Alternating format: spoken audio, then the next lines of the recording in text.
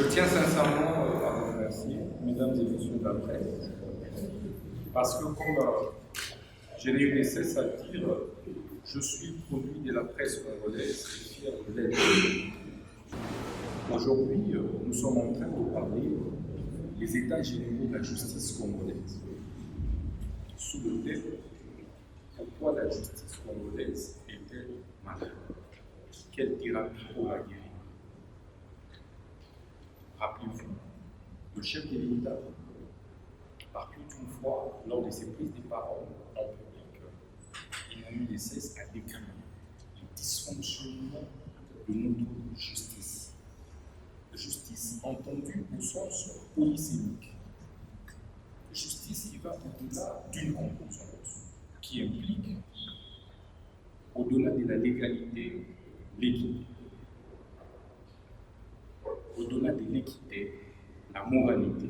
Au-delà de la moralité, l'éthique. Le chef de l'État s'est plus d'une fois plaint de la manière dont notre justice était distribuée dans la société. Mais il était question pour son ministre, son nouveau ministre de la Justice, de pouvoir analyser à fond, en synergie avec tous les acteurs de la justice, le pourquoi de ce constat du chef de l'État. Il nous est paru essentiel, urgent, sur base des instructions du magistrat suprême, de pouvoir organiser un cadre d'échange pour faire un diagnostic sérieux, pour faire une autopsie réelle de la situation de l'état de santé de notre justice.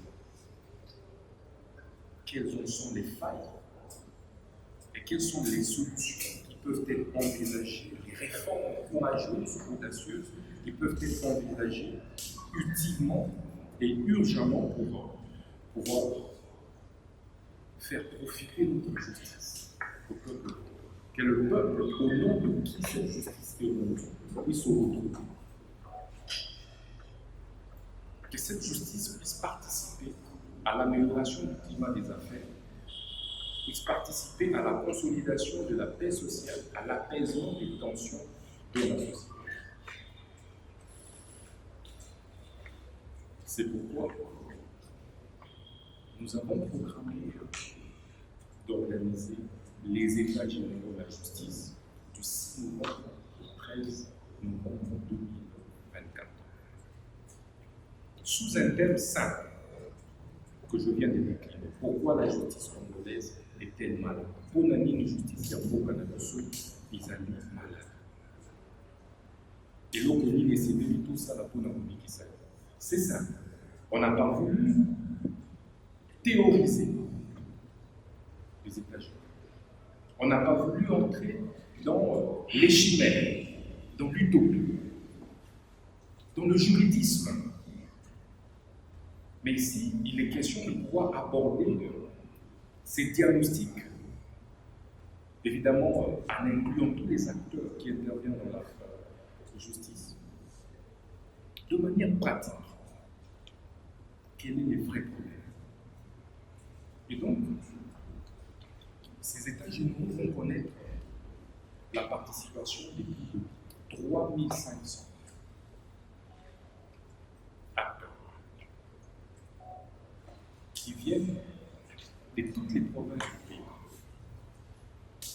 et qui proviennent de toutes les composantes de la justice, à savoir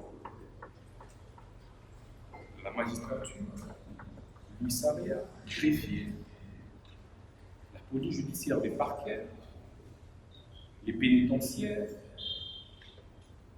les parlements, l'exécutif, les provinces, les entités décentralisées, les entités déconcentrées, bref, et tous les acteurs de la société civile, les ONG des droits de l'homme, les partenaires du développement. Et ces états généraux seront lancés par lui-même, le magistrat suprême, son Excellence, Monsieur le Président de la République, chef de l'État, Félix Antoine Tshilombo. va donner les grandes orientations. Et ce qu'il attend de ces États généraux, de ces grandes assises historiques, parce que c'est une première pour lui, depuis son avènement. Et il viendra également clôturer les 13 ans pour cristalliser ses recommandations et puis donner la ligne à suivre sur la manière dont la justice devra désormais être distribuée dans notre pays. Voilà de quelle manière méthodique nous avons souhaité aborder les questions des réformes. À l'issue de ces États généraux, il sera donc question de pouvoir entrer sur les questions des fonds qui touchent aux réformes, aussi bien constitutionnelles que légales. Et c'est pourquoi nous avons confié à ces assises, entre autres, les législateurs. Donc voilà, mesdames et messieurs de la presse, en gros, l'économie de notre mot de ce jour. Je me laisse donc à votre disposition pour répondre aux deux questions éventuelles. J'ai dit et je remercie. Donc, d'emblée, le chef de l'État nous avait instruit de pouvoir mettre en place les cadres légaux il y a 3 mois concernant la lutte contre la criminalité économique, spécialement la création d'un parquet financier. Le texte est prêt. Dans les jours qui viennent, le débat sera lancé à l'Assemblée nationale en fonction de la motion. Et que donc le premier trimestre de 2025 sera consacré à l'installation du parquet financier pour opérationnel la stratégie du chef de l'État et du gouvernement dans la lutte contre la délinquance économique et financière. J'ai reçu la lettre de Mike Bonkeba et croyez-moi, nous sommes suffisamment impliqués pour que la bonne justice soit dite et elle sera dite. Donc, je crois que dans les jours qui viennent, vous aurez une issue du dossier Mike Bonkeba, sans interférer dans le fond, dans l'instruction, et même dans l'indépendance du pouvoir judiciaire. Nous avons veillé que ces droits soient protégés et garantis. Élisée, merci pour ta question. Bon, les États généraux de 2015 avaient constitué un moment décisif et ont débouché sur l'élaboration de la politique nationale des réformes de la justice congolaise. Mais il faut dire que seuls 21% de ces recommandations, 350, ont été exécutées.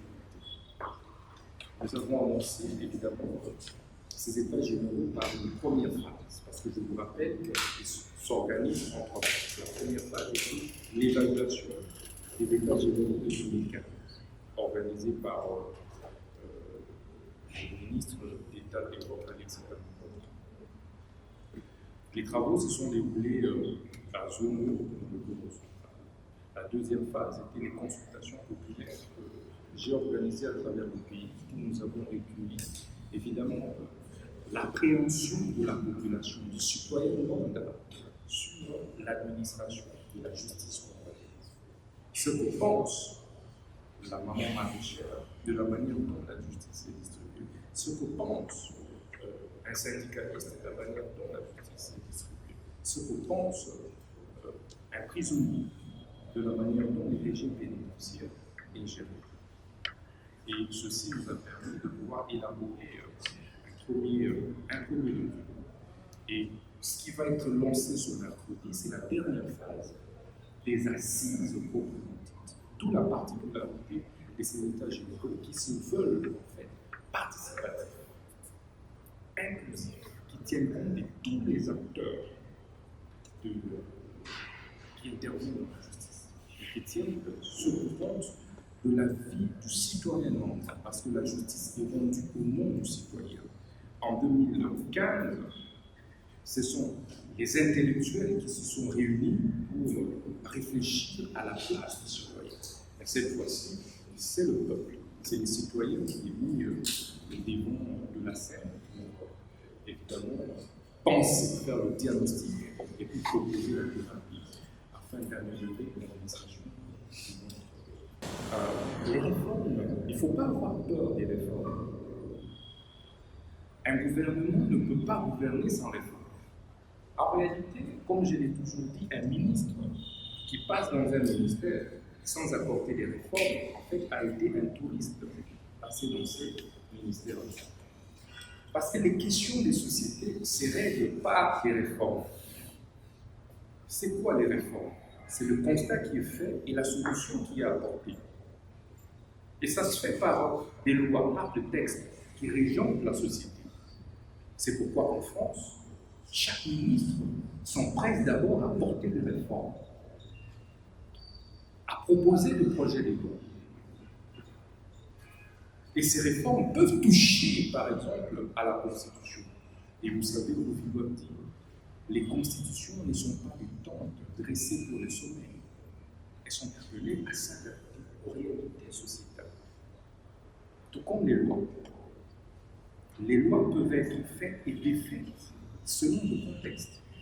Ce sont les hommes qui les élaborent pour pouvoir régler des problèmes précis. Mais lorsque nous nous rendons compte qu'il y a des failles dans leur application, en tout cas, il convient de pouvoir les adapter.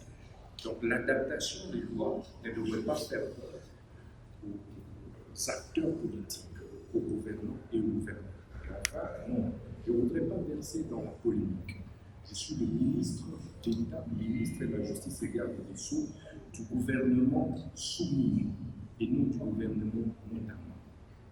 J'agis sous l'autorité de son Excellence Madame la Première ministre, chef du gouvernement, qui a béni les États généraux, qui s'est impliqué dans leur matérialisation.